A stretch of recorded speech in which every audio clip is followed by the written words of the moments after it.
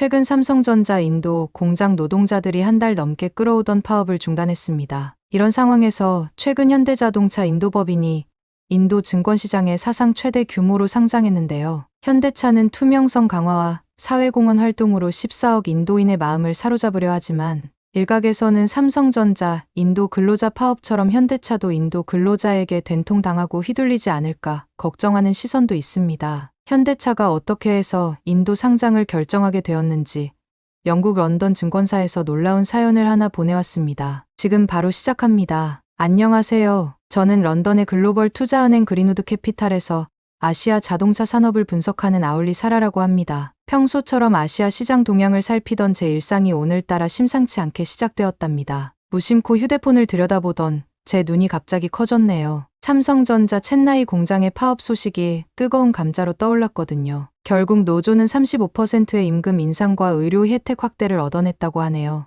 인도 노동자들의 환한 얼굴로 승리를 자축하는 모습이 화면 가득 담겨 있었고 그 옆으로는 현대자동차의 인도 상장 소식이 흐르고 있었답니다. 그래서 다른 공장들의 파업도 도미노처럼 이어질 거라는 전망이 쏟아지는 중이랍니다. 특히 현대자동차는 마루티 스즈키와 달리 인도 시장에서의 경험과 노하우가 부족한 데다 현지 노조 관리에도 취약하다는 분석이 지배적이더군요. 이 소식을 접하자 문득 할아버지 생각이 났습니다. 인도 첸나이에서 대형 정비소를 운영하시던 할아버지는 늘 도요타와 스즈키가 아니면 믿을 수 없다고 말씀하셨습니다. 게다가 여름마다 정비소를 방문할 때면 일본 자동차의 우수성에 대해 열변을 토하시곤 했죠. 그때마다 저는 할아버지의 깊은 지식과 경험에 감탄하면서도 한편으로는 다른 나라의 자동차를 인정하지 않으시는 고집스러움이 안타까웠답니다. 그러던 어느 날 팀장님께서 갑자기 제 책상으로 다가오시더니 현대자동차의 인도 상장 계획을 분석하라는 과제를 던지셨어요. 처음에는 단순한 기업 분석인 줄 알았는데 알고 보니 4조 5천억 원 규모의 대형 상장이더군요. 게다가 심상치 않은 타이밍이었습니다. 삼성전자의 파업 사태가 겨우 진정되었을 때라 인도 시장의 불안정성과 노사 갈등을 고려하면 이번 상장은 명백한 시기상조라고 생각했거든요. 보고서를 작성하면서 데이터를 하나하나 꼼꼼히 살펴보았답니다. 일본의 마루티 스즈키는 이미 40년간 인도 시장을 장악하고 있었고 최근에는 중국의 비아드가 파격적인 가격으로 시장을 흔들고 있었죠. 심지어 테슬라까지 인도 진출을 노리고 있다는 소문도 들려왔어요. 이런 상황에서 한국 기업이 성공할 확률은 극히 낮다는 게 제 결론이었습니다. 그때였습니다. 팀장님께서 데이터와 통계적 수치에 근거한 제 보고서를 집어들고 훑어보시더니 갑자기 표정이 심상치 않게 변했어요. 평소에 부드러운 미소는 온데간데 없고 깊은 주름이 이마에 새겨졌더군요. 팀장님은 제가 데이터만 보고 있다고 지적하시면서 실제 현장은 전혀 다를 수 있으니 직접 가서 확인해봐야 한다고 단호하게 말씀하셨어요. 그러더니 갑자기 인도 현장 실사를 지시하시는 게 아니겠습니까? 팀장님의 예상치 못한 반응에 순간 저는 할 말을 잃었답니다. 사실 마음 한켠에는 한국 기업들이 인도를 단순히 중국의 대체 시장으로만 보고 있다는 편견이 자리 잡고 있었거든요. 그들의 접근 방식이 너무 성급하고 단기적이라고 생각했던 거죠. 그래서 처음에는 이번 출장이 내키지 않았어요. 하지만 할아버지의 정비소가 있던 첸나이를 다시 방문할 수 있다는 생각이 들자 묘한 설렘이 밀려오더군요. 어쩌면 이번 기회에 할아버지의 흔적도 찾아볼 수 있지 않을까 하는 기대감도 들었고요. 이렇게 저의 예상치 못한 첸나이행이 결정되었답니다. 한편으로는 이번 출장이 단순한 현장 실사를 넘어서 제 안에 자리 잡은 고정관념을 깨는 계기가 될 수도 있겠다는 생각이 스쳐 지나갔어요. 비행기 티켓을 예약하면서 왠지 모를 운명적인 예감이 가슴 한켠을 간지럽히더군요. 첸나이 국제공항에 내리자마자 숨막히는 더위에 얼굴이 화끈거리고 있었는데 공항 도착장 한켠에서 제 이름이 적힌 피켓을 들고 있는 통역사를 발견했어요. 가까이 다가가서 통역사와 인사를 하려는데 순간 저는 깜짝 놀라고 말았습니다. 현대자동차 인도법인에서 파견된 한국인 통역사 라연 씨는 제가 상상했던 것과는 전혀 달랐거든요. 가장 먼저 눈에 들어온 것은 인도의 전통 쿠르타를 입고 있으면서도 어딘가 모던한 분위기를 풍기는 그의 세련된 모습이었네요. 그런데 더 놀라운 것은 그의 언어 실력이었습니다. 영어는 물론 힌디어 타밀어까지 자유자재로 구사하는 모습에 저도 모르게 감탄하고 말았죠. 그러다 문득 의아한 생각이 들었습니다. 왜 현대차 실사에 한국 통역사가 필요한지 말이에요. 그러자 라연 씨는 현대차의 현지화 전략을 제대로 이해하려면 한국과 인도 양쪽의 시각이 모두 필요하다고 설명하면서 자신이 그 다리 역할을 하고 있다고 말하더군요. 그의 말에서 묻어나는 자부심과 진정성이 인상적이었답니다. 게다가 5년째 인도에 살면서 현지 문화와 비즈니스 환경을 연구해 왔다는 그의 이력은 제 호기심을 자극하기에 충분했습니다. 현대자동차 인도법인 통역사라면 차가운 데이터로는 결코 알 수 없는 현지의 생생한 이야기를 들려줄 수 있을 것 같았어요. 그러고 보니 팀장님께서 현장을 강조하셨던 이유도 이해가 되더군요. 라연 씨와 함께라면 보고서의 내용도 한층 더 깊이 있고 사실적으로 작성할 수 있을 거란 기대감이 들었답니다. 챗나이로 향하는 차 안에서 저는 라연 씨에게 인도 시장 진출에 대한 제 견해를 솔직히 털어놓았어요. 최근 삼성전자 파업으로 35%의 임금 인상을 얻어낸 노동자들의 기세가 하늘을 찌르는 상황에서 대규모 상장은 너무 성급한 결정이 아니냐고 물었죠. 게다가 이런 성공 사례를 본 다른 공장의 노동자들도 파업에 나설 텐데 이런 리스크는 어떻게 관리할 계획인지 과연 지금이 적절한 타이밍인지 의구심을 표현했답니다. 그러자 그는 고개를 살짝 저으며 미소를 지었고 데이터만으로는 보이지 않는 것들이 있다며 차창 밖을 가리켰죠. 지나가는 거리마다 Make in India 캠페인의 포스터가 눈에 띄었는데 라연 씨의 설명은 제가 알고 있던 것과는 사뭇 달랐어요. 모디 총리가 주창한 이 정책이 단순한 외자 유치가 아닌 영국 식민 지배 이후 줄곧 단직해온 인도인들의 제조업 부흥의 꿈이자 자존심이라는 거였죠. 그의 설명을 들으며 현대차가 인도 시장을 바라보는 시각이 제가 생각했던 것보다 훨씬 더 깊고 체계적이라는 걸 깨달았습니다. 단순히 노사관계나 시장 점유율 같은 표면적인 지표를 넘어 인도인들의 자존심과 꿈까지 이해하고 있다는 사실에 살짝 부끄러운 마음이 들었답니다. 제가 매일 보는 페이퍼상의 숫자와 데이터 분석이 얼마나 얄팍했는지 그제야 알 수 있었죠. 라연 씨는 외국 기업이 인도에 성공적으로 안착하려면 3개의 관문을 통과해야 한다고 설명했어요. 연방정부의 승인, 주정부의 협조, 그리고 가장 중요한 지역사회의 동해, 이 3중고를 모두 극복해야 하고 계속해서 인도 사람들 삶 속에 녹아들어야 한다고 설명했습니다. 저는 그제서야 제 보고서가 얼마나 피상적이었는지 느낄 수 있었어요. 이래서 페이퍼상의 숫자만 보는 게 아니라 항상 현장을 가깝게 두고 있어야 하는 건가 생각이 들었죠. 라연 씨는 인도가 마치 작은 대륙과 같다고 이야기하더군요. 28개 주와 8개의 연방 스칼지, 22개의 공용어, 수많은 종교와 카스트 제도가 만들어내는 복잡한 사회 구조에 대해 이야기하는 그의 눈빛이 반짝였답니다. 특히 현대차는 단순히 공장을 짓는 것이 아니라 마을 하나를 이해하는 것이라는 그의 말에 깊은 감명을 받았어요. 그렇게 라연 씨의 설명을 들으며 쇼핑몰에 잠시 들르게 되었고 그곳에서 뜻밖의 광경을 목격하게 되었죠. 디왈리 축제를 앞두고 현대차가 후원하는 지역 행사 준비가 한창이었는데요. 라연 씨가 행사 준비를 하는 현지 주민들과 자연스럽게 타밀어로 대화를 나누는 게 아니겠어요. 그들의 얼굴에서는 어떤 거부감도 찾아볼 수 없었습니다. 저는 라연 씨의 현지 적응력과 친화력에 경악하지 않을 수 없었습니다. 특히 인상 깊었던 건 한 노인과의 대화였어요. 노인은 손주가 현대차 기술교육원에서 공부하고 있다며 이제는 그들의 마을에서도 엔지니어가 나온다고 자랑스러워하더군요. 그 말을 통역해주는 라연 씨의 표정에서도 뿌듯함이 묻어났답니다. 이 모든 광경을 지켜보면서 저는 깊은 생각에 잠겼어요. 제가 본 것은 단순한 기업의 현지화가 아닌 지역사회와 함께 호흡하고 성장하는 새로운 형태의 기업 문화였거든요. 라연 씨의 말처럼 이것은 분명 공장을 넘어 마을을 이해하는 진정한 현지화의 모습이었답니다. 그렇게 점심을 먹기로 한 호텔로 향하던 중이었습니다. 저는 로비에서 뜻밖의 충격적인 광경을 목격했어요. 마루티 스즈키의 고위 임원들이 심각한 표정으로 회의실을 빠져나오고 있었거든요. 라연 씨가 귀띔해 주길 오늘이 마루티 스즈키의 분기별 이사회가 열리는 날이라고 하더군요. 40년간 인도 자동차 시장을 장악해온 마루티 스즈키는 현대차의 상장, 소식의 촉각을 곤두세우고 있다는 거였습니다. 우리는 자연스럽게 그들의 대화가 들리는 거리에 자리를 잡았어요. 일본 임원들의 긴장된 목소리가 들려왔죠. 40년을 있어도 이해할 수 없는 시장, 현대는 어떻게 이렇게 빨리 현지화에 성공하는 걸까 하는 내용이었는데 특히 제 귀를 사로잡은 건 그들은 우리와 다르게 접근하고 있다는 말이었답니다. 현대차의 인도 시장 공략법을 현재 시장 점유율 1위인 마루티, 스즈키 임원들의 입을 통해 듣게 되니 왠지 더 객관적이고 설득력 있게 다가왔어요. 40년간 인도 시장을 장악해온 기업의 임원들이 이렇게까지 긴장하고 있다는 사실이 현대차의 무서운 성장세를 증명해주는 것 같았거든요. 특히 이 상황을 차분히 설명하는 라연 씨의 분석력과 통찰력에 자꾸 시선이 갔답니다. 냉철한 판단력과 논리적인 설명이 전문가다운 매력으로 느껴지더군요. 그러다 문득 라연 씨와 눈이 마주치게 되었습니다. 인도 현지인들과 대화를 나누고 있었지만 그의 새까만 눈동자는 유난히 빛나 보였고 깊이가 느껴졌어요. 날카로운 턱선과 깔끔하게 정리된 눈썹, 그리고 무엇보다 전문가다운 카리스마가 묻어나는 그의 모습에 자꾸만 시선이 가게 되더군요. 한국인 특유의 단정하고 세련된 분위기가 이국적인 첸나이의 분위기와 어우러져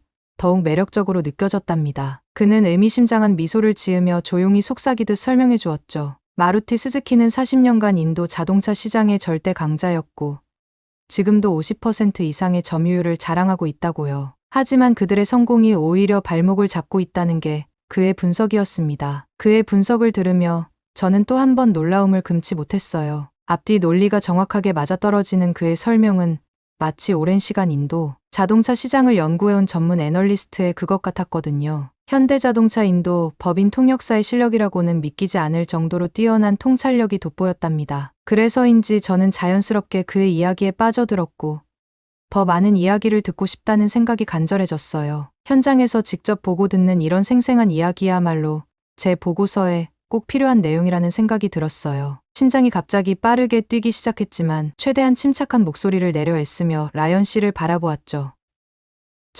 혹시 시간이 되신다면 일하면서 제가 먼저 말을 꺼냈고 귓가가 붉어지는 게 느껴졌지만 용기를 내어 저녁 식사를 제안했어요. 그가 잠시 놀란 듯한 표정을 짓더니 환하게 웃으며 고개를 끄덕였답니다. 물론 전 이게 순수하게 업무적인 목적이라고 스스로를 위안했지만 가방 속에서 립스틱을 꺼내 슬쩍 거울을 보고 있는 제 모습을 발견하고는 살짝 당황스러웠죠. 그래도 꽤나 자연스럽게 저녁 약속을 성사시킨 제 모습이 뿌듯하기도 하면서 손끝이 살짝 떨리는 걸 느낄 수 있었답니다. 저녁이 되어 전통 인도 레스토랑으로 자리를 옮겼는데 야외 테라스에서 바라보는 첸나이의 야경이 무척이나 인상적이었어요. 파이시안 커리의 향이 코끝을 스치는 가운데 라연 씨는 현대차의 독특한 현지화 전략을 하나하나 설명해 주었죠. 그의 설명을 들으면서 저는 자꾸만 그의 눈빛에 시선이 가는 제 자신을 발견했답니다. 전문가다운 날카로운 분석력과 부드러운 말투의 조화가 왜 이리 매력적으로 느껴지는지, 현지 종교 행사 참여부터 지역 축제 지원, 주민 참여 프로그램 운영까지 끊임없이 지역사회와 소통하고 있다는 이야기를 들으면서 제 마음속에는 두 가지 의문이 피어났어요. 하나는 현대차의 진정성에 대한 것이었고 다른 하나는 제 앞에 앉아 열정적으로 이야기를 들려주는 이 남자에 대한 것이었답니다. 그때였습니다. 파이시안 차이티가 담긴 잔을 들고 있었는데 옆 테이블에서 들려오는 가족의 웃음소리가 제 귀를 사로잡았어요. 들어보니 삼성전자 파업에 참가했던 노동자가 가족들과 오랜만에 외식을 하는 자리였답니다. 아버지는 득이양양한 표정으로 자신이 얻어낸 성과를 하나하나 열거하고 있었어요. 매달 5천 루피의 추가 인센티브를 얻어냈다는 이야기를 하면서 그의 목소리에는 승리자의 자부심이 가득했고 어깨는 그 어느 때보다 당당해 보였답니다. 오늘 이 레스토랑 만찬도 자신의 파업으로 얻어낸 인센티브로 사는 거라면서 의시되면서 말했어요. 곁에 앉은 아내는 존경스러운 눈빛으로 남편을 바라보며 연신 미소를 짓고 있었고 고등학생으로 보이는 아들은 아버지의 어깨를 으쓱이며 자랑스러워하는 모습이었습니다. 게다가 삼성전자는 내년 3월까지 생산성 안정화 인센티브를 매달 지급하기로 했다고 하네요. 심지어 직원 사망 시 10만 루피의 위로금 지급, 출산 시 2천 루피 상품권 제공, 결혼 휴가 제도까지 도입했다는 소식이었습니다. 저는 이 삼성 근로자 아버지의 목소리가 너무 의기양양하고 커서 당황했고 뒤이어 나오는 이야기에 더 경악하게 되었습니다. 아버지는 이것이 시작일 뿐이라며 앞으로 더 많은 것들을 얻어낼 수 있을 거라고 의미심장한 미소를 지었죠. 아내가 이제 딸의 결혼식도 더 여유 있게 준비할 수 있겠다고 말하자 남편은 더욱 뿌듯한 표정을 지었고 옆자리에 딸은 수줍은 미소를 지었답니다. 외국계 기업을 상대로 당당히 싸워 이겨낸 아버지의 모습에 온 가족이 자부심으로 빛나고 있었어요. 이런 그들의 대화를 듣고 있으니 제 마음이 더욱 무거워지고 걱정이 되었습니다. 고개를 들어 라연 씨를 바라보았어요. 현대차도 곧 들이닥칠 이런 문제를 도대체 어떻게 해결할 건지 의구심을 가득 담아 쳐다보았죠. 그런데 놀랍게도 라연 씨의 입가에는 여유로운 미소가 걸려 있었답니다. 마치 모든 것이 통제 가능한 것처럼 또는 이미 해결책을 가지고 있다는 듯한 그의 표정에서 알 수 없는 자신감이 느껴졌어요. 처음에는 그의 이런 태도가 의아했지만 묘하게도 저까지 안심이 되는 느낌이었습니다. 파업으로 들떠있는 가족의 모습과 라연 씨의 차분한 미소가 대비되면서 현대차만의 특별한 무언가가 있다는 직감이 들었답니다. 그의 표정에는 비밀을 간직한 사람 특유의 깊이가 느껴졌거든요. 파업의 성공으로 더욱 힘이 실린 목소리로 다른 공장, 노동자들도 곧 같은 길을 걸을 것이라는 이야기가 오가는 중에 라연 씨가 불쑥 말을 걸었어요. 잠시 후에 있을 할아버지의 옛 정비소 방문 일정을 앞당기자고 하더군요. 그의 눈빛에서 뭔가 특별한 것을 보여주고 싶어하는 듯한 열의가 느껴졌습니다. 그렇게 할아버지의 정비소로 향하는 차 안에서 라연 씨는 저에게 의미심장한 질문을 던졌어요. 파업이 성공한 노동자들의 얼굴에서 진정한 행복을 보았느냐는 거였죠. 순간 저는 당황스러웠답니다. 분명 그들은 승리감에 취해 있었지만 어딘가 모를 불안감도 감지됐거든요. 정비소에 도착하기 전 우리는 잠시 현대차 직원 식당에 들르게 되었어요. 그곳에서 목격한 광경은 제 예상을 완전히 뒤집어 놓았답니다. 인도 직원들과 한국 주재원들이 한 테이블에 모여 카레와 김치를 함께 나누고 있었거든요. 게다가 그들의 대화에서는 어떤 위계질서도 느껴지지 않았죠. 특히 인상 깊었던 건 한 인도 직원이 자신의 딸 결혼식 사진을 자랑하는 장면이었어요. 한국 주재원들이 진심으로 축하해주는 모습에서 진정한 동료애가 느껴졌답니다. 이것이 바로 라연 씨가 보여주고 싶었던 것이 아닐까 하는 생각이 들더군요. 그러다 문득 고개를 돌린 순간 저는 라연 씨의 깊어진 눈빛과 마주쳤어요. 그의 표정에서 현대차만의 특별한 비밀을 곧 알게 될 것 같은 예감이 들었습니다. 할아버지의 정비소로 향하는 발걸음이 점점 더 빨라지는 것을 느끼면서 제 심장도 덩달아 빠르게 뛰기 시작했답니다. 그렇게 할아버지의 정비소에 도착했고 정비소가 있던 거리에 들어서자 제 발걸음이 자연스레 멈춰섰어요. 할아버지의 낡은 간판이 있어야 할 자리에 반짝이는 현대 서비스 센터 로고가 떡하니 자리 잡고 있었거든요. 순간 제 눈을 의심했답니다. 어떻게 된 거죠?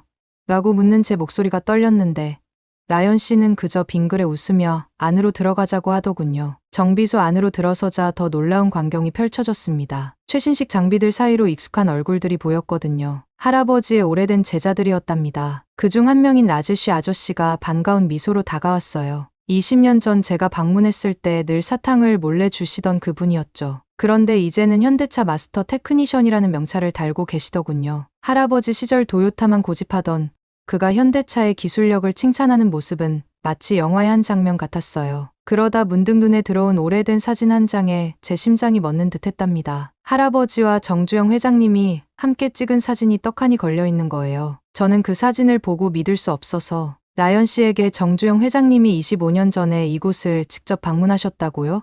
라고 놀라서 물어보았어요. 그러자 라연 씨는 묵직한 목소리로 설명을 시작했답니다. 정주영 회장은 늘 현장을 중시하셨고 근로자들과 같은 작업복을 입고 그들 곁에서 동고동락하신 분이라고 해요. 특히 1996년 아무도 인도 시장을 주목하지 않을 때 한국 기업 최초로 과감하게 진출을 결정하셨다는 거였죠. 그러면서 라연 씨는 벽에 걸린 오래된 사진 한 장을 가리켰어요. 할아버지와 정주영 회장님이 나란히 서서 웃고 있는 사진이었는데 그 아래에는 친필로 안 되면 되게 하라는 글귀가 새겨져 있었답니다. 라연 씨는 잠시 사진을 바라보다가 정주영 회장님의 또 다른 유명한 말씀을 들려주었어요. 이봐, 회복이나 했어.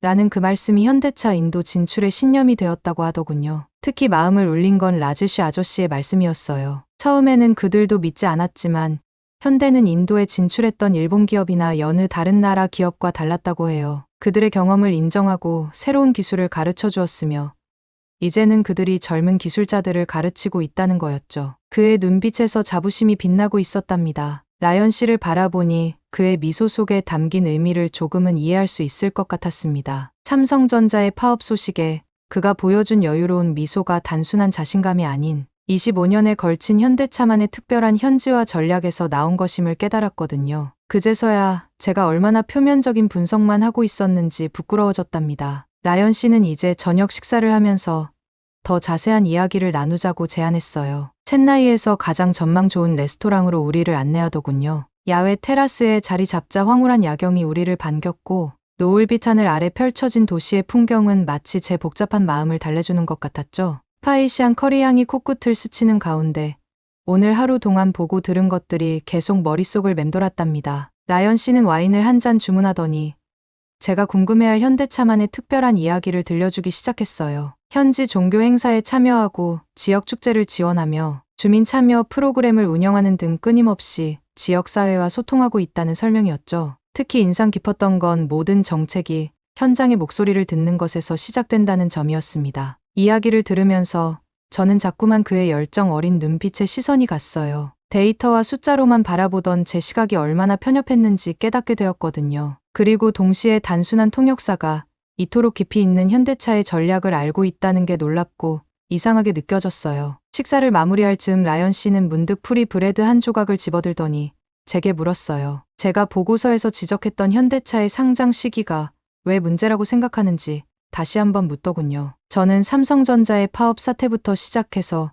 인도 노동자들의 강성화, 복잡한 정부 규제까지 줄줄이 말씀드렸답니다. 그러자 그의 눈빛이 갑자기 진지해졌어요. 현대차는 지난 25년간 단 한 번도 심각한 노사 갈등을 겪은 적이 없다고 하더군요. 게다가 이번 상장은 단순한 자금 조달이 아닌 인도 시장과 운명을 함께하겠다는 의지의 표현이라고 설명했습니다. 현대자동차 본사 지분의 17.5%에 해당하는 상당 부분을 인도 투자자들에게 직접 매각하는 것은 대한민국 증시 역사상 전례가 없는 결정이라면서요. 이야기를 들으면서 저는 문득 오늘 본 모든 장면들이 하나로 연결되는 것을 느꼈어요. 할아버지의 정비소에서 시작된 현대차의 여정, 노동자들과의 깊은 신뢰관계, 그리고 지역사회와의 끈끈한 유대. 이 모든 것이 우연이 아닌 철저한 계획하에 이루어진 것 같았거든요. 밤 공기가 제법 쌀쌀해질 무렵 라연 씨는 내일은 더 놀라운 것을 보여주겠다며 신비로운 미소를 지었답니다. 다음 날 아침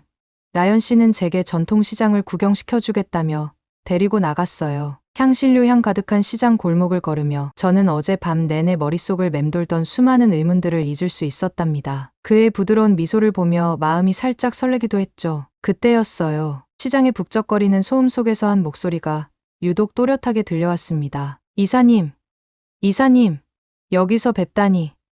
그 순간 마치 시간이 멈춘 것처럼 주변의 모든 소리가 갑자기 사라졌어요. 심장은 멎었다가 다시 쿵쾅거리기 시작했고 손끝까지 전율이 퍼져나갔답니다. 천천히 고개를 돌리는 제 동작이 마치 영화의 슬로우 모션처럼 느껴졌어요. 현대차 딜러 배지가 달린 정장 차림의 인도인 남성이 허리를 90도로 굽히며 인사하는 모습이 제 망막에 또렷이 새겨졌죠. 그의 입에서 나온 이사님이라는 두 글자가 마치 망치로 머리를 강타한 것처럼 아찔했어요. 순간 제 시야가 흐려지면서 다리에 힘이 풀렸답니다. 본능적으로 옆에 있던 과일 진열대를 붙잡았어요. 라연 씨를 바라보는 제 눈동자가 믿을 수 없다는 듯 커졌다 작아졌다를 반복했고 그의 표정이 순식간에 굳어지는 것이 슬로우 모션으로 보였죠. 마치 거대한 진공 속에 갇힌 것처럼 귓가에서는 이명이 울리기 시작했고 정신이 아득해지는 것을 느꼈어요.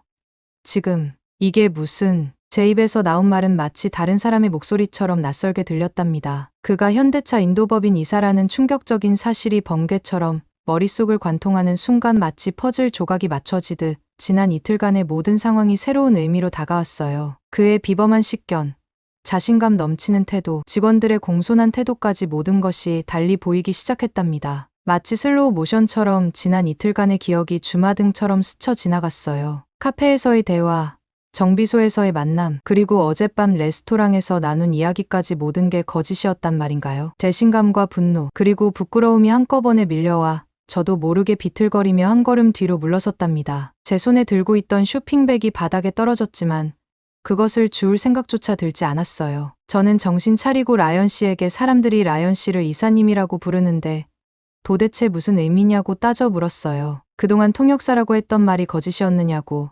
목소리가 격앙되어 터져나왔지만 마지막 말은 목 안에서 잦아들었답니다. 제 눈에서는 금방이라도 눈물이 쏟아질 것 같았어요. 라연 씨는 잠시 깊은 숨을 내쉬더니 조심스럽게 설명을 시작했습니다. 처음부터 정체를 밝혔다면 제가 보여준 날카로운 통찰력과 솔직한 분석을 들을 수 없었을 거라고 했죠. 그의 목소리에는 진심이 묻어 있었지만 저는 고개를 돌려버렸답니다. 이틀 동안의 모든 순간이 우리 사이에 있었던 모든 게 그저 계산된 연기였는지를 물었어요. 제 목소리가 떨렸죠. 분노보다는 실망감이 더 컸던 것 같았습니다. 그동안 제가 느꼈던 설렘과 기대가 한순간에 허상이 되어버린 것 같았거든요. 라연 씨는 강변으로 천천히 걸음을 옮기며 대답했답니다. 진심을 숨긴 것은 맞지만 그게 전부는 아니라고 했어요. 우리가 나눈 대화와 우리 사이에 느꼈던 감정만큼은 그 어떤 연기도 계산도 아니었다고 덧붙였죠. 그의 진솔한 고백에 제 마음이 흔들렸지만 아직도 머릿속은 혼란스러웠답니다. 그때 라연 씨는 석양이 물들어가는 강가로 저를 이끌며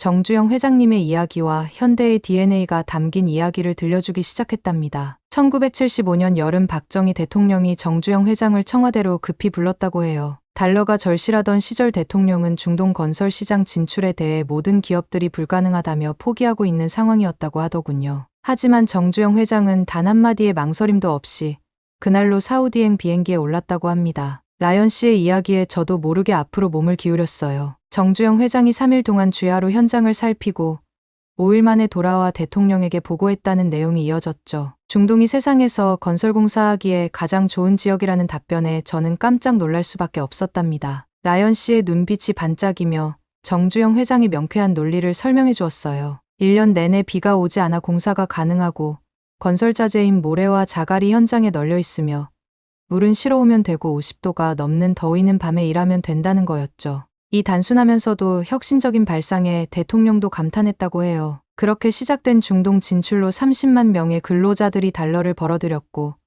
한국 경제는 도약의 발판을 마련했다는 이야기를 들으며 저는 숨을 죽였답니다. 40년이 지난 지금까지도 사우디 사람들이 한국 근로자들의 성실함을 기억하고 있다는 점 아랍뉴스가 세계 최초의 한류는 우리 왕국에서 시작됐다고 평가했다는 이야기를 들으며 가슴이 뭉클해졌어요. 라연 씨의 설명을 들으며 현대가 가진 불굴의 도전정신 불가능을 가능으로 만드는 DNA가 단순한 슬로건이 아닌 진정한 기업 문화라는 것을 깨닫게 되었답니다. 그리고 이제 그 도전정신이 인도에서 새로운 역사를 쓰려 한다는 것을 직감할 수 있었어요. 라연 씨는 중동 이야기에서 현재 인도 시장으로 화제를 돌렸어요. 마치 실타래를 풀어내듯 현대차의 전략을 차근차근 설명해 주었답니다. 오늘 아침 제가 목격했던 삼성전자 파업 현장과는 달리 현대차는 지난 25년간 단 한 번도 심각한 노사 갈등을 겪지 않았다고 해요. 문제가 생기기 전에 해결책을 찾아내는 것 정주영 회장이 안 되면 되게 하라는 정신이 지금까지도 이어지고 있다는 거였죠. 특히 인상 깊었던 건 마루티 스즈키와의 비교였어요. 40년간 인도 시장을 장악했지만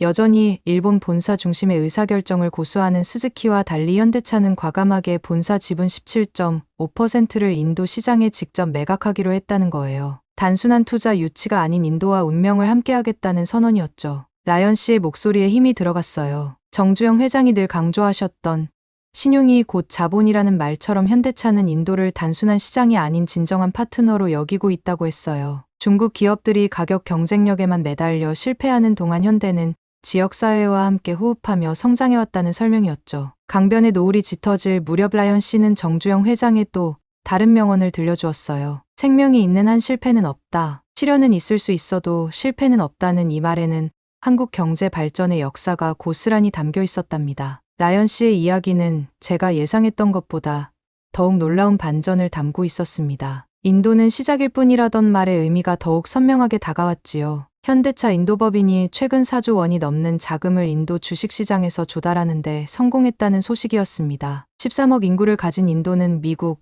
중국에 이어 세계에서 가장 중요한 시장이 되어가고 있었고 이번 상장은 인도 증시가 생긴 이래 역사상 최대 규모였다고 합니다. 그러면서 라연 씨는 차분하게 설명을 이어갔습니다. 인도의 자동차 보급률이 아직 8%에 불과하고 경제 성장률은 7%를 유지하고 있어 성장 잠재력이 무궁무진하다고 하더라고요. 마치 이전의 중동 시장의 기회를 누구보다 빨리 파악하고 아무도 도전하지 않았던 허허벌판에서 신화를 써갔던 현대의 모습과 똑같았어요. 앞으로 현대는 전체 생산량의 20%, 150만 대를 이곳에서 만들 예정이라고 하더군요. 그런데 더욱 놀라웠던 것은 그 다음 이야기였습니다. 라연 씨는 인도가 현대의 최종 목적지가 아니라고 했습니다. 아프리카로 가기 위한 교두보라는 것이었지요. 정주영 회장께서 중동에서 신화를 써내려 가셨듯이 현대는 인도에서 새로운 신화를 쓰고 그것을 아프리카까지 이어갈 것이라 했습니다. 제가 삼성도 이루지 못한 일을 어떻게 해낼 수 있느냐고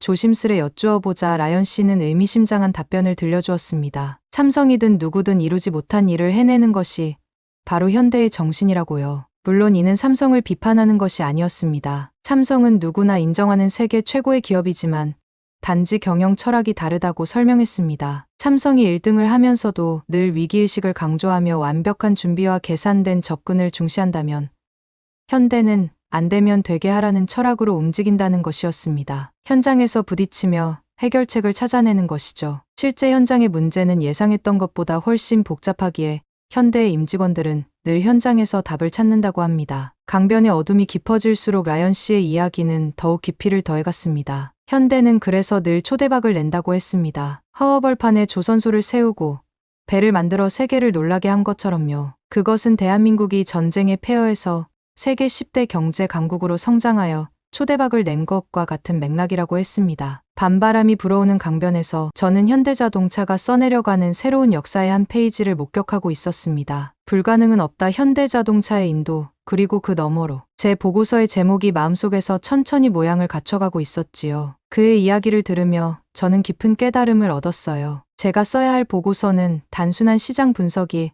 아닌 불굴의 도전 정신으로 불가능을 가능으로 만들어 온 현대차의 진정한 이야기여야 했던 거죠. 그리고 그 이야기는 인도에서 새로운 장을 열고 있었답니다. 중동에서 그랬던 것처럼 이곳에서도 새로운 신화를 만들어내겠다는 야망이 느껴졌죠. 저는 그제서야 라연 씨가 왜 자신의 정체를 숨기고 저를 이끌어 주었는지 이해할 수 있었답니다. 편견 없는 시선으로 현대차의 진정한 가치를 발견하게 해주고 싶었던 거겠죠. 강변에 완전히 어둠이 내렸지만 제 마음속은 그 어느 때보다 밝았어요. 이제 저는 새로운 보고서를 써야겠다는 결심이 섰거든요. 불가능은 없다, 무적 불도저 현대라는 제 인생에서 가장 의미 있는 보고서가 될 것 같았답니다. 오늘 사연은 여기까지입니다. 어떻게 들으셨나요? 국내 기업 최초로 인도에 가장 먼저 진출해 현지화 전략으로 인도 시장을 공략하는 현대의 불도저 정신이 정말 멋있습니다. 더 나아가 중동 아프리카까지 진출해서 글로벌 자동차 회사로 거듭나길 바랄게요. 오늘 사연이 재미있으셨다면 구독 버튼 한 번만 꼭 눌러주세요. 저는 더 좋은 사연으로 찾아뵐게요.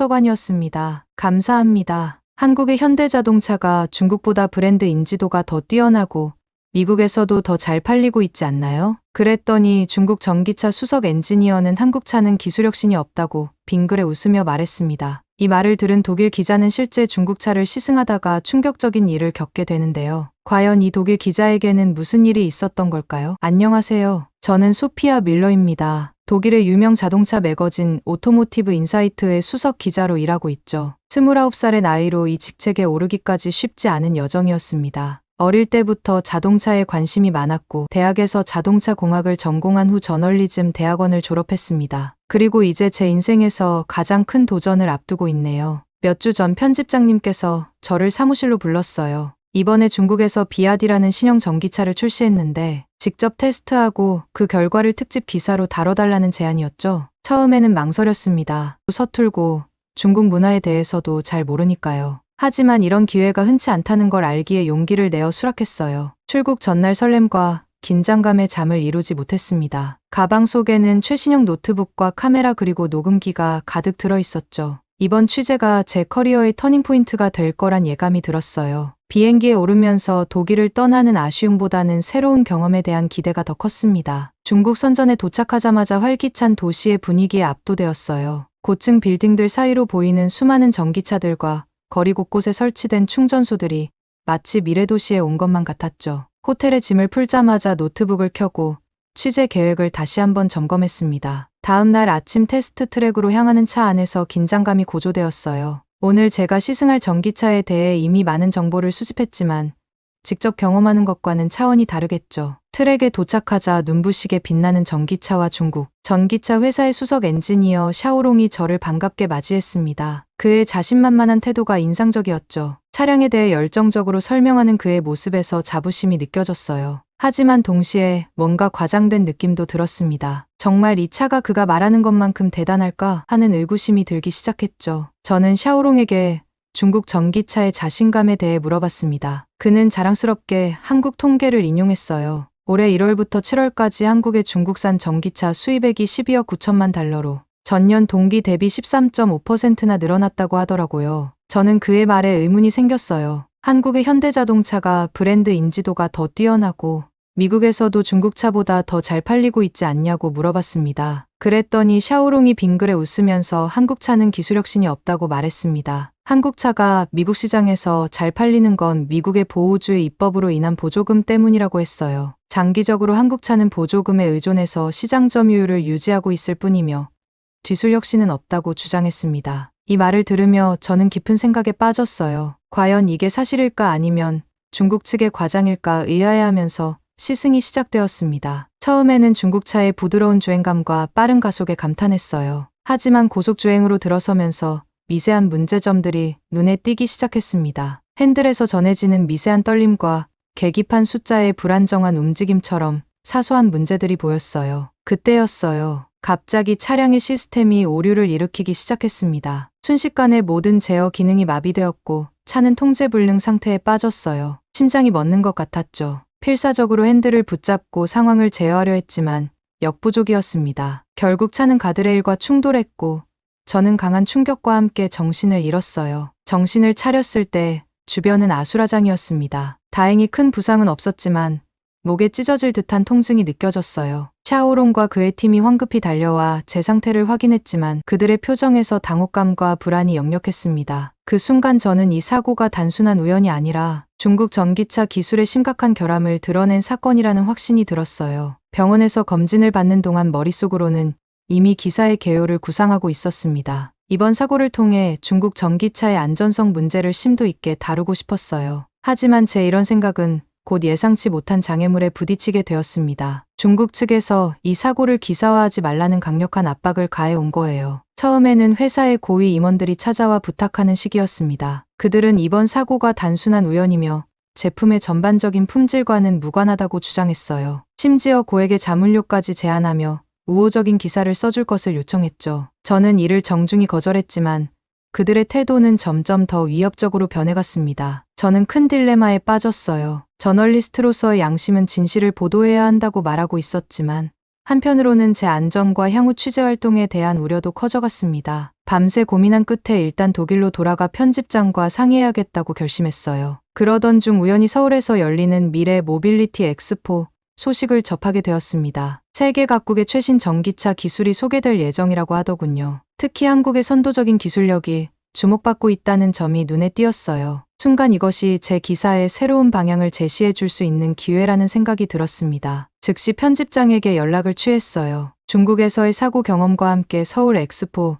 취재의 중요성을 강조했습니다. 중국, 한국, 그리고 서구의 전기차 기술을 비교 분석하는 대형 특집 기사를 쓸 수 있을 것 같다고 제안했죠. 편집장은 처음에 중국에서의 사고를 문제 삼으며 서울행을 강하게 반대했어요. 위험한 상황에 또다시 저를 보내고 싶지 않다는 걱정이 컸던 거죠. 하지만 저는 포기하지 않았습니다. 이번 기회를 통해 중국, 한국, 그리고 독일의 전기차 기술을 비교, 분석하는 대형 특집 기사를 쓸 수 있다고 설득했어요. 세 나라의 기술력, 시장 전략, 그리고 미래 비전을 종합적으로 다루는 기사는 우리 잡지의 독자들에게 큰 가치를 제공할 거라고 강조했죠. 결국 편집장은 제 열정과 비전에 설득되어 마지못해 서울행을 승인해 주셨습니다. 하지만 안전에 각별히 유의하라는 당부도 잊지 않으셨어요. 서울행을 결정하고 비행기에 오르면서 복잡한 감정이 밀려왔습니다. 목의 통증은 여전했고 중국에서 받은 압박감도 완전히 떨쳐내지 못한 상태였죠. 그럼에도 새로운 도전에 대한 기대와 열정이 가슴속에서 꿈틀거리고 있었어요. 이번 취재가 단순히 전기차 기술에 대한 것을 넘어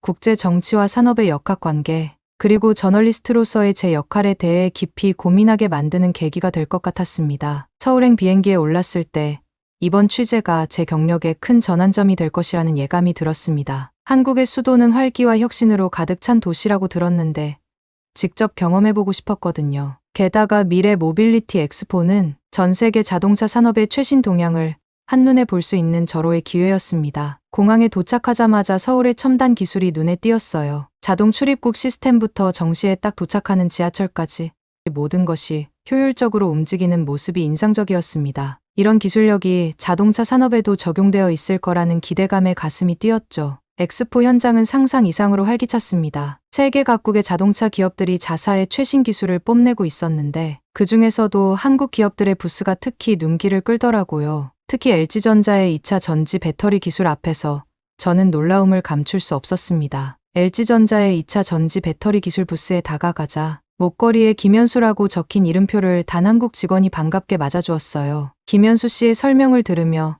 저는 놀라움을 감출 수 없었습니다. 그가 소개하는 LG의 차세대 배터리는 기존의 리튬이온 배터리와는 차원이 다른 성능을 자랑한다고 하더군요. 현존하는 최고 수준인 테슬라의 배터리보다 에너지 밀도가 30% 이상 높다는 설명에 저도 모르게 감탄사가 나왔어요. 더욱 놀라웠던 것은 충전 속도였습니다. 그에 따르면 이 배터리는 10분 충전으로 80%까지 채울 수 있다고 해요. 독일의 주요 배터리 제조사들의 성능을 훨씬 뛰어넘는 수치라는 설명을 들으며 한국 기술의 우수성을 실감할 수 있었습니다. 안전성 면에서도 LG의 배터리는 탁월한 성능을 보여준다고 합니다. 김현수 씨는 특수 소재를 사용해 과열과 발화 위험을 크게 낮췄다고 설명했어요. 그의 말을 들으며 저는 자연스럽게 중국에서 겪었던 전기차 사고와 그 이후 조사했던 중국 전기차들의 배터리의 안전 문제를 떠올렸습니다. 제가 직접 겪은 샤오펑 P7의 자율주행 모드 오작동으로 인한 사고 이후 중국 전기차의 안전성에 대해 깊이 파고들었거든요. 그 과정에서 알게 된 충격적인 사실들이 머릿속을 스쳐 지나갔습니다. 작년 중국 선전에서 발생한 비아디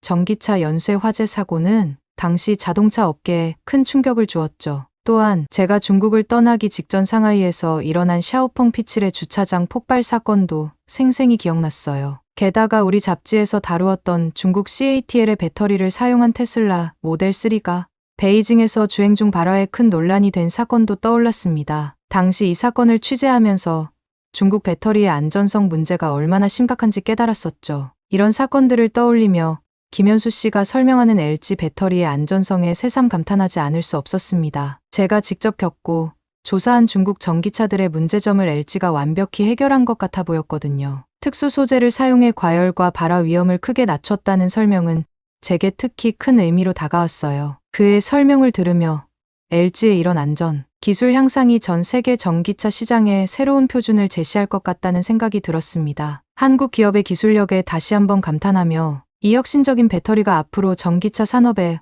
어떤 변화를 가져올지 기대가 되었어요. 이러한 혁신적인 기술을 보며 한국 기업들의 기술력이 세계 최고 수준임을 실감할 수 있었어요. LG의 배터리 기술은 전기차의 주행거리와 충전 시간, 그리고 안전성 문제를 한 번에 해결할 수 있는 게임 체인저로 보였습니다. 이렇게 LG의 배터리 기술에 감탄하다 보니 자연스럽게 이 배터리를 사용하는 한국 자동차 기업들에 대한 호기심이 커졌어요. 결국 제 발걸음은 자연스럽게 현대자동차와 기아의 부스로 향했습니다. 두 회사가 선보인 전기차와 자율주행 기술은 정말 놀라웠어요. 특히 현대의 아이오닉 6의 배터리 효율이 킬로와트 시당 6.3km를 기록했다는 점에 감탄했습니다. 이는 테슬라 모델 3의 6.1km를 뛰어넘는 수치였거든요. 주행거리 면에서도 기아의 EV9이 단일 충전으로 540km를 달릴 수 있다는 점이 인상적이었습니다. 이는 중국의 비아디나 샤오펑의 주력 모델들을 크게 앞서는 수치였죠. 심지어 기아의 초고속 충전 기술은 18분 만에 배터리의 80%를 충전할 수 있다고 해요. 이는 독일의 아우디 이트론 GT와 비교해도 뒤지지 않는 성능이었습니다. 이 사실에 저는 놀라움을 금치 못했습니다. 한국 기업들의 기술력이 이렇게나 앞서 있다니 독일 자동차 업계에 몸담고 있는 저로서는 묘한 긴장감마저 느껴졌어요. 엑스포장을 돌아다니며 이런저런 생각에 잠겼습니다. 현대차의 수소 연료전지 기술, 삼성 SDI의 배터리 혁신, LG화학의 첨단 소재 등 눈을 뗄 수 없는 기술들이 줄줄이 이어졌죠. 한편으로는 독일 자동차 산업의 미래에 대한 우려가 커졌습니다. 그래도 이런 첨단 기술들을 직접 보고 배울 수 있다는 사실에 가슴이 뛰었어요. 이렇게 전 시장을 돌아다니다 우연히 강도윤 박사의 발표 일정을 알게 되었습니다. 자율주행 안전 시스템에 대한 주제가 눈에 띄어 호기심에 이끌려 발표장으로 향했죠. 그 순간 이 선택이 제 취재 여정에 큰 영향을 미칠 줄은 몰랐어요. 강도윤 박사의 발표는 단연 압도적이었습니다. 그의 자율주행 및 전기차 안전 시스템에 대한 깊이 있는 통찰력에 완전히 매료되어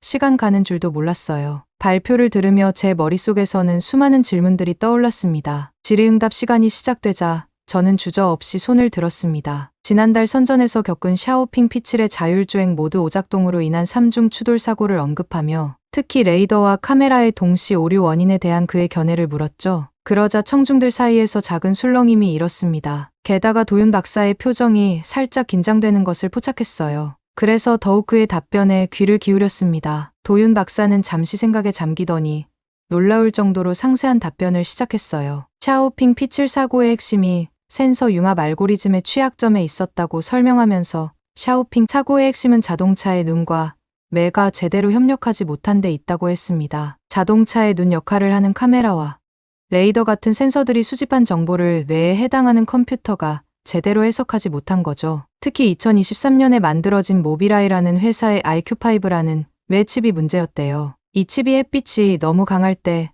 주변 상황을 잘못 판단했다는 거예요. 이 말을 들으며 저는 깜짝 놀랐습니다. 도윤 박사의 해박한 지식과 명확한 설명에 감탄했어요. 그의 스마트함이 한국 자동차 산업의 우수성을 그대로 보여주는 것 같았습니다. 현대나 기아 자동차의 기술뿐만 아니라 경쟁사들의 기술적 문제와 업계 동향까지 깊이 이해하고 있었죠. 이런 종합적인 시각과 전문성이 자동차의 안전과 기술, 혁신을 모두 아우르는 뛰어난 접근 방식이라고 생각했습니다. 그의 명확하고 데이터에 기반한 답변에 저도 모르게 감탄이 나왔습니다. 전문성뿐만 아니라 솔직하고 겸손한 태도, 그리고 열정적인 눈빛이 깊은 인상을 남겼어요. 결국 질문을 마치고 자리에 앉으며 이번 취재가 예상치 못한 방향으로 흘러갈지도 모른다는 생각이 들었습니다. 강도윤 박사의 깊이 있는 지식과 통찰력에 완전히 매료된 것 같았어요. 발표가 끝난 후 도윤 박사에게 다가가는 제 발걸음이 떨렸다고 생각했어요. 하지만 그의 친근하고 편안한 태도에 놀랐죠. 그의 눈가에 잔잔히 깃든 미소와 부드러운 목소리에서 따뜻함이 느껴졌습니다. 커피를 마시며 나눈 대화는 마치 오랜 친구와의 대화 같았다고 느꼈습니다. 연구 이야기부터 취미, 음식 취향까지 이야기하며 시간 가는 줄 몰랐어요. 도윤 박사가 제 중국 경험에 관심을 보일 때 왠지 모를 따뜻함을 느꼈다고 생각했습니다. 그러다 대화가 음식 이야기로 흘러가자 그의 눈이 반짝였어요. 독일 음식도 맛있지만 한국 음식도 정말 훌륭해요. 다음에 시간 되면 제가 서울의 숨은 맛집들을 소개해 드릴게요. 그의 말에 저도 모르게 미소 지었습니다. 게다가 도윤 박사는 제 호기심 어린 눈빛을 알아챘는지 이어서 말을 이었어요. 한국의 기술만큼이나 한국 문화도 매력이 넘칩니다. 시간이 되시면 한국의 아름다운 궁궐이나 현대적인 건축물들도 꼭 둘러보고 가세요. 저는 그의 제안에 이 여행이 단순한 취재를 넘어 더 풍성한 경험이 될 것 같다는 예감이 들었어요. 그렇게 호텔로 돌아왔는데 충격적인 일이 벌어졌어요. 노트북을 열고 그동안의 취재 내용을 정리하려는 순간 화면이 깜빡이더니 모든 파일이 사라져 버렸습니다. 순간 등줄기에 식은땀이 흘렀죠. 처음에는 단순한 오류라고 여겼지만 점점 심각한 상황임을 깨달았습니다. 아무리 노력해도 파일들이 복구되지 않았고 오히려 더 많은 정보가 삭제되는 것 같았어요. 그제야 해킹을 당했다는 사실을 인정할 수밖에 없었습니다. 당황스러움과 함께 중국에서의 기억이 선명하게 떠올랐어요. 사고 내용을 기사화하지 말라며 받았던 압박감이 다시 느껴지는 듯했습니다. 순간 아찔한 생각이 스쳐 지나갔죠. 혹시 그들이 제 노트북에 일부러 악성 바이러스를 심은 것은 아닐까? 중국에서 급하게 구매했던 USB가 의심스럽게 여겨졌어요. 그때 보안 프로그램 설치를 미뤘던 것이 화근이 된 것 같았습니다. 자책감과 함께 분노가 치밀어 올랐죠. 중국의 이런 비열한 행동으로 인해 제 모든 취재 자료와 개인 정보가 위험에 처한 상황이었으니까요. 그때 문득 도윤 박사가 떠올랐어요. 망설임 끝에 그에게 연락을 취했습니다. 다행히 그는 빠르게 응답해 주었고 상황을 듣자마자 즉시 도와주겠다고 했죠. 그의 목소리에서 느껴지는 진정성에 안도감이 밀려왔습니다. 도윤 박사는 자신이 아는 최고의 보안 전문가를 소개해주겠다고 했어요. 그의 신속한 대응에 감사함을 느꼈습니다. 하지만 동시에 이 상황이 한국 기술에 대한 취재에 어떤 영향을 미칠지 걱정되기도 했죠. 다음 날 도윤 박사가 소개해준 보안 전문가 김민수 씨를 만났습니다. 그는 차분하고 전문적인 태도로 상황을 분석하기 시작했어요. 김 씨의 꼼꼼한 작업을 지켜보며 한국의 IT 기술력에 다시 한번 감탄했습니다. 며칠간의 노력 끝에 드디어 해킹 문제가 해결되었어요. 다행히 대부분의 자료를 복구할 수 있었습니다. 안도의 한숨을 쉬면서도 이번 사건이 주는 교훈을 깊이 새겼죠. 보안의 중요성을 몸소 체험한 셈이었습니다. 하지만 문제는 여기서 끝나지 않았어요. 갑자기 중국 언론에서 독일 기자의 해킹 사건에 대한 의혹을 제기하는 보도를 내보냈습니다. 그들은 마치 제가 의도적으로 해킹을 당한 것처럼 왜곡된 시각으로 보도하기 시작했죠. 순간 모든 것이 무너지는 것 같았습니다. 중국에서의 사고 취재와 이번 해킹 사건이 연결되면서 제 신뢰성이 한순간에 의심받게 된 거예요. 절망감이 밀려왔지만 이대로 물러설 수는 없었습니다. 이것이 중국이 사고 사실을 은폐하려는 시도라는 확신이 들었어요. 진실을 밝히고 오해를 풀어야 한다고 다짐했죠. 다행히 도윤 박사와 김민수 씨가 적극적으로 나서주었어요. 그들은 먼저 해킹의 근원지가 중국이라는 것을 명확히 밝혀냈습니다. 더 나아가 이 해킹이 중국에서 있었던 사고 사실을 숨기려는 의도적인 공격이었다는 증거도 찾아냈죠. 그들의 노력으로 제가 피해자라는 사실이 입증되었고 중국 언론의 왜곡된 보도를 막을 수 있었습니다. 도윤 박사는 한국 언론들과 소통하며 사실관계를 바로잡았고 김민수 씨는 기술적 증거를 제시하며 해킹의 실체를 이 과정에서 그들이 보여준 전문성과 정의감 그리고 저를 향한 신뢰의 깊은 감동을 받았습니다. 한국의 기술력과 정직성이 제 명예를 지켜준 셈이었죠. 이 경험을 통해 한국에 대한 신뢰와 감사의 마음이 더욱 깊어졌습니다. 그렇게 감사한 마음으로 호텔에 돌아왔지만 기사 마감일은 다가오는데 컴퓨터 앞에 앉아 있는 것조차 힘들었어요. 중국에서의 사고와 한국에서의 해킹 사건을 겪고 나니 온몸이 천근만근 무거워지는 것 같았어요. 머리부터 발끝까지 모든 세포가 비명을 지르는 듯했죠. 호텔 침대에 누워있으면서도 마음 한구석이 계속 불안해 제대로 쉬지도 못했습니다. 화면을 바라보면 눈이 흐릿해지고 키보드를 두드리려면 손가락이 천근만근 무거워졌습니다. 한국의 뛰어난 기술력과 우수한 인력이 IT 강국과 전기차 생산 인프라를 만들어내는 것을 직접 경험했는데도 그동안 겪은 스트레스가 한꺼번에 몰려오는 듯했죠. 특히 목 부근이 뻐근하면서 따끔따끔 아파왔어요. 중국에서 전기차 사고가 났을 때 다쳤던 게 이제야 긴장이 풀리면서 통증이 심해지는 것 같았습니다. 어찌해야 할지 몰라 난감해하고 있을 때 문득 도윤 박사가 떠올랐어요. 망설임 끝에 다시 한번 그에게 도움을 청했습니다. 다행히 그는 마침 근처에서 세미나를 마치고 식사를 끝낸 참이라고 하더라고요. 그러면서 자신과 함께 한의원에 가보자고 제안했습니다. 저는 한의원이라는 곳을 처음 들어봐서 어떤 곳이냐고 물어봤어요. 도윤 박사는 침을 놓아서 통증을 없애주는 한국 전통의학이라고 소개했습니다. 말만 들어서는 이해가 잘 안 됐지만 김도윤 박사와 신뢰가 너무 두터워서 믿고 한의원을 방문해 보기로 했습니다. 처음 강남의 한 한의원에 도착하니 처음 보는 한약재들과 독특한 향, 그리고 침술 도구들이 낯설면서도 묘하게 신비로웠어요. 긴장된 마음으로 진료실로 향했습니다. 한의사 선생님이 따뜻한 미소로 저를 맞이하셨죠. 한의사 선생님은 제 상태를 꼼꼼히 살펴보더니 스트레스로 인한 기와 혈액순환 불균형이라고 진단했습니다. 한의원에 들어서자 낯선 향과 분위기에 긴장감이 몰려왔습니다. 그러다 선생님께서 들고 계신 침을 보는 순간 심장이 덜컥 내려앉는 듯했어요. 가느다란 바늘이 너무나 뾰족해 보여 순간 숨을 들이켰죠. 바늘에 찔리는 고통을 상상하며 눈을 질끈 감았는데 의외로 아프지 않았습니다. 그저 무언가 묵직한 느낌이 들 뿐이었어요. 첫 번째 침이 피부를 뚫고 들어갈 때 작은 찌릿함을 느꼈습니다. 예상보다 덜 아팠지만 여전히 낯선 감각에 몸이 살짝 굳어졌거든요. 그래도 시간이 지날수록 점점 편안해지는 느낌이었습니다. 하나둘 침이 놓일 때마다 제 몸의 감각이 예민해지는 것 같았어요. 특히 약침을 맞을 때는 조금 더 강한 자극이 느껴졌습니다. 하지만 선생님의 안심시키는 말씀에 마음이 한결 가벼워졌어요. 그 말씀에 안도감을 느끼며 깊은 숨을 내쉬었죠. 게다가 선생님이 침을 다 놓고 목을 움직여보라고 하셨을 때 정말 깜짝 놀랐습니다. 따끔따끔하고 뻑뻑했던 목이 하나도 안 아픈 거였거든요. 머리와 어깨 여기저기에 바늘이 꽂혀 있어서 기괴했지만 목이 전혀 아프지 않다는 사실이 더 신기했어요. 놀라움을 감추지 못하고 하나도 안 아프다는 말이 저도 모르게 튀어나와 버렸습니다. 선생님은 당연한 듯이 싱긋 웃으시더니 한의학의 참맛을 보여줬다고 하셨어요. 그 순간 한의학에 대한 제 호기심이 더욱 커졌습니다. 침을 맞은 채로 누워있는 동안 처음에는 약간의 불편함을 느꼈지만 점차 몸이 이완되는 느낌이 들었어요. 천장을 바라보며 이 독특한 경험에 대해 생각하다 보니 어느새 마음이 차분해졌습니다. 심지어 잠깐 졸기도 했던 것 같아요. 특히 추나 치료는 정말 놀랍고 특별한 경험이었습니다. 제 뼈에서 우두둑우두둑 하는 소리가 날 때마다 뼈가 하나하나 제자리를 찾아가는 기분이었어요. 뼈를 맞춘 후에도 선생님께서 망치 같은 도구로 제 등을 세세하게 두드리셨습니다. 마치 제가 기계의 볼트나 나사가 된 것 같은 느낌이었지만 이상하게도 간질간질하면서도 시원했어요. 그 독특한 감각에 저도 모르게 미소 지었습니다. 선생님의 손길이 제 근육 깊숙이 파고들 때마다 오래된 피로가 빠져나가는 듯한 느낌이 들었거든요. 치료가 끝나갈 무렵 선생님께서 제 몸 곳곳을 부드럽게 문질러 주셨는데 그때 느낀 따뜻함이 아직도 생생합니다. 마치 제 몸 전체에 온기가 퍼지는 듯했어요. 그래서 그 순간 제 몸과 마음이 완전히 이완되는 걸 느꼈습니다. 침대에서 일어날 때는 조금 어지러울 줄 알았는데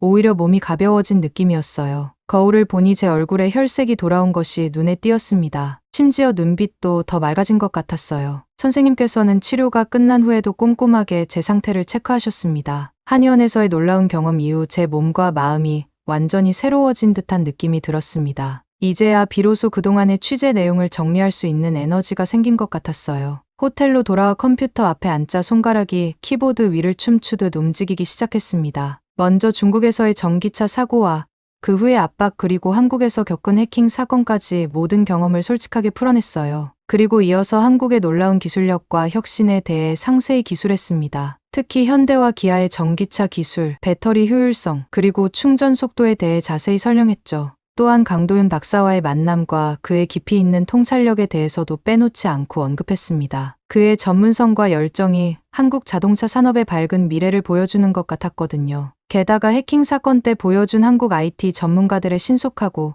전문적인 대응에 대해서도 높이 평가했어요. 그리고 마지막으로 한의학 치료를 통해 얻은 놀라운 경험을 덧붙였습니다. 전통과 현대가 조화롭게 어우러진 한국의 모습이 인상 깊었다고 표현했어요. 이 모든 경험을 통해 한국이 단순히 기술 강국을 넘어 균형 잡힌 발전을 이루고 있는 나라라는 결론을 내렸습니다. 기사를 완성하고 나니 가슴이 뿌듯해졌어요. 이번 취재가 단순히 자동차 기술에 대한 보도를 넘어 한 나라의 문화와 정신을 이해하는 깊이 있는 경험이 되었다는 생각이 들었습니다. 그래서 편집장에게 보내기 전에 도윤 박사에게 먼저 보여드리고 싶었어요. 다음 날 도윤 박사와 만나 제 기사를 함께 읽어보았습니다. 그의 얼굴에 떠오른 미소를 보며 안도의 한숨을 내쉬었어요. 도윤 박사는 제 기사가 한국의 기술력뿐만 아니라 문화적 깊이까지 잘 담아냈다고 칭찬해 주셨습니다. 그러면서 도윤 박사가 흥미로운 제안을 했어요. 한국과 독일의 자동차 기술 교류 프로그램을 만들어 보는 게 어떻겠냐고 물었습니다. 두 나라의 장점을 결합하면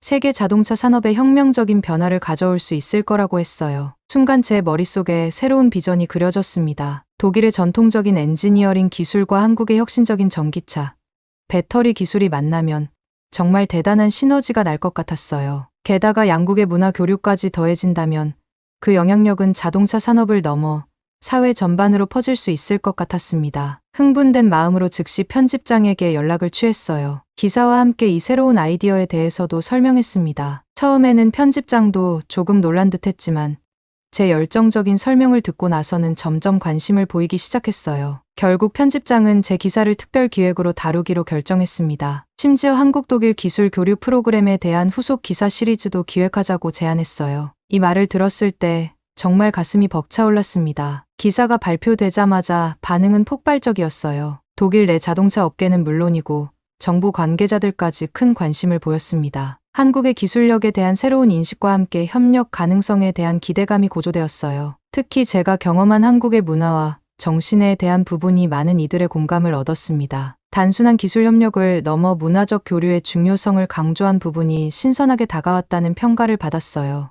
이 기사를 계기로 저는 독일과 한국을 오가며 양국의 기술 교류 프로그램을 구체화하는 일에 참여하게 되었습니다. 도윤 박사와 함께 여러 기업과 정부 기관을 만나며 프로그램의 세부 사항을 조율해 나갔어요. 그 과정에서 제 시야는 더욱 넓어졌습니다. 자동차 산업이 단순한 운송수단을 넘어 미래 사회의 모습을 결정짓는 중요한 요소라는 것을 깨달았어요. 전기차와 자율주행 기술의 발전은 도시 설계부터 에너지 정책, 그리고 개인의 라이프 스타일까지 모든 것을 변화시킬 수 있다는 사실에 눈을 뜨게 되었습니다. 이제 제 앞에는 새로운 도전이 기다리고 있습니다. 한국과 독일의 기술 교류 프로그램은 이제 막 시작 단계에 있어요. 앞으로 이 프로그램이 어떤 결실을 맺게 될지, 그리고 그 과정에서 제가 어떤 역할을 하게 될지 기대가 됩니다. 한국에서의 경험, 특히 도윤 박사와의 만남은 제 인생의 전환점이 되었습니다. 이제 저는 단순한 자동차 전문 기자가 아닌 국제적인 기술 협력의 가교 역할을 하는 사람으로 거듭나게 되었어요. 한국에서 배운 혁신의 정신과 도전 정신을 가슴에 안고